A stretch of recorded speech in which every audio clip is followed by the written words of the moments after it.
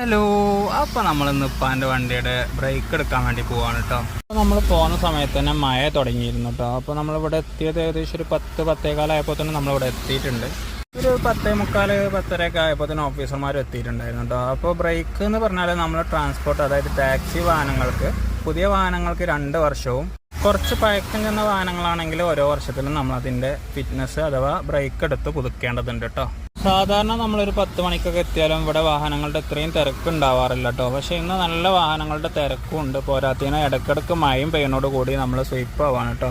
നമ്മൾ നമ്മുടെ വാഹനത്തിൻ്റെ ബ്രേക്ക് എടുക്കാൻ ചെല്ലുമ്പോൾ അതിൻ്റെ ലൈറ്റുകൾ, അതേപോലെ പെയിൻറ്റ് കാര്യങ്ങൾ, സീറ്റ്, അതെല്ലാം ക്ലിയർ ആയിരിക്കണം കേട്ടോ. അപ്പോൾ ഈ പറഞ്ഞതിലൊക്കെ എന്തെങ്കിലും അപാകതകൾ ഉണ്ടെങ്കിൽ നമുക്ക് ബ്രേക്ക് കിട്ടുമല്ലോ കേട്ടോ. ഈ കാണുന്ന ആ തലക്കലാട്ടോ അതിൻ്റെ വരി കിടക്കുന്നത്. നമ്മളിപ്പോൾ അത്യാവശ്യം അടുത്തെത്തിയിട്ടുണ്ട്, എന്നാലും കുറേ വണ്ടികൾ ഇനിയും പോകാണ്ട് കേട്ടോ.